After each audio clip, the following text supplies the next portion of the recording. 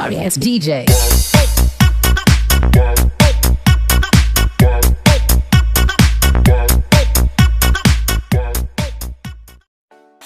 Hello mga boy, panibagong araw naman, panibagong video tutorial na naman gagawin natin. So bago tayo magsimula, huwag kalimutang mag-subscribe at hit ang bell button para sa panibagong video na naman na ating gagawin. So let's go! So ang unang gawin natin mga boy, punta tayo sa Google Chrome, tapos i-search natin Snaptube. And then, i-click natin itong www.snaptubeapp.com kasi ito lang na website yung mada-download mo yung Snaptube. Click natin to. Tapos, punta tayo sa baba. Maghintay lang tayo. Lalabas yung download na nakalagay. I-click natin ito mga boy. Download natin. Okay lang to. I-okay. Tapos hintayin natin ma-download na natin. So tapos na natin ma-download. Open lang natin. Tapos install. Hintayin lang natin ma-install siya mga boy. Tapos nang na-download, open, continue, okay, agree. Tapos ito na yan mga boy. Ganito lang kadali yan mga boy. Halimbawa, magda-download tayo ng mga kanta. Magsi-search tayo ng mga music.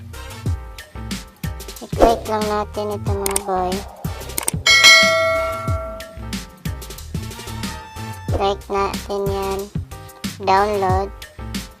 Tapos kung gusto natin ng music lang yung na-download, hindi video, i-click lang natin tong may nakalagay na music dito. Mamili ka lang kung MP3 or M4A ang i-download mo, depende na yan sa inyo. Download. So, na-download na yan mga boy. Click natin ito. So, ito na. Converting na siya mga boy. Hintayin na natin yung matapos na-download yung mga boy. Yun. Okay na. Punta tayo sa music. Kung na-download na ba yun. Si-search nyo kung anong name na download nyo. Search natin Justin Bieber. Sorry.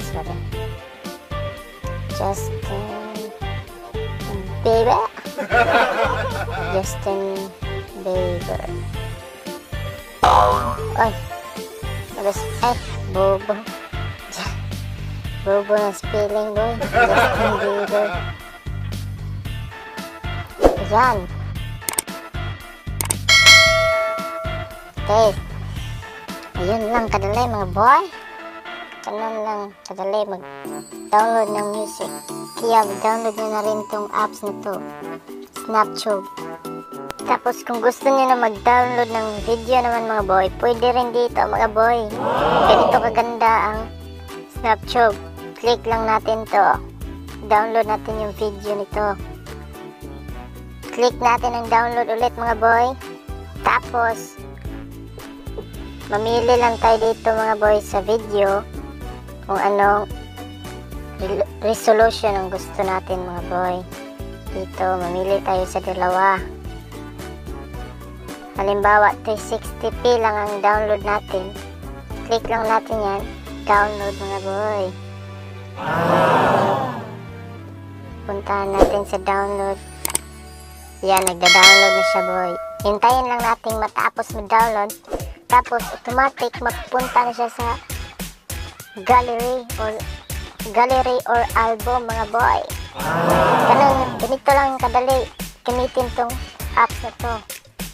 So tapos na na-download mga boy, okay natin punta tayo sa file manager.